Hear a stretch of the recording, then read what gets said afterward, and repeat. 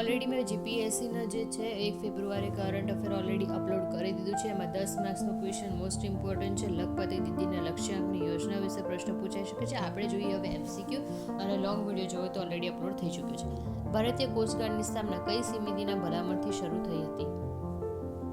શું આવશે જવાબ? વિચારો. ચલો, તો કે રુસ્તમજી સમિતિ દ્વારા. ચલો આગળનો પ્રશ્ન જોઈએ.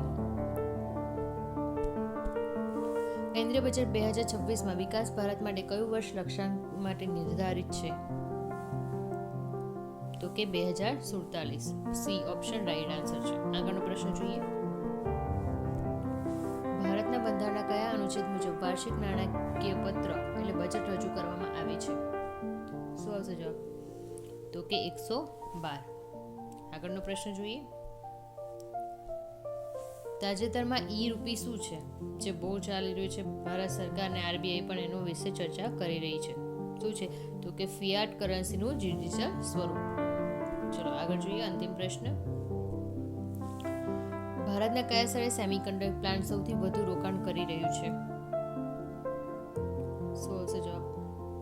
તો કે ધોલેરા. આના કરતાં મોસ્ટ ઇમ્પોર્ટન્ટ ક્વેશ્ચન્સની જે લિસ્ટ છે એ મતલબ જે થિયરીઝ છે એ મેં ઓલરેડી અપલોડ કરી દીધી છે, તો એને જોઈ લેજો અને મારી ચેનલને સબસ્ક્રાઈબ કરી દેજો. Thank you so much.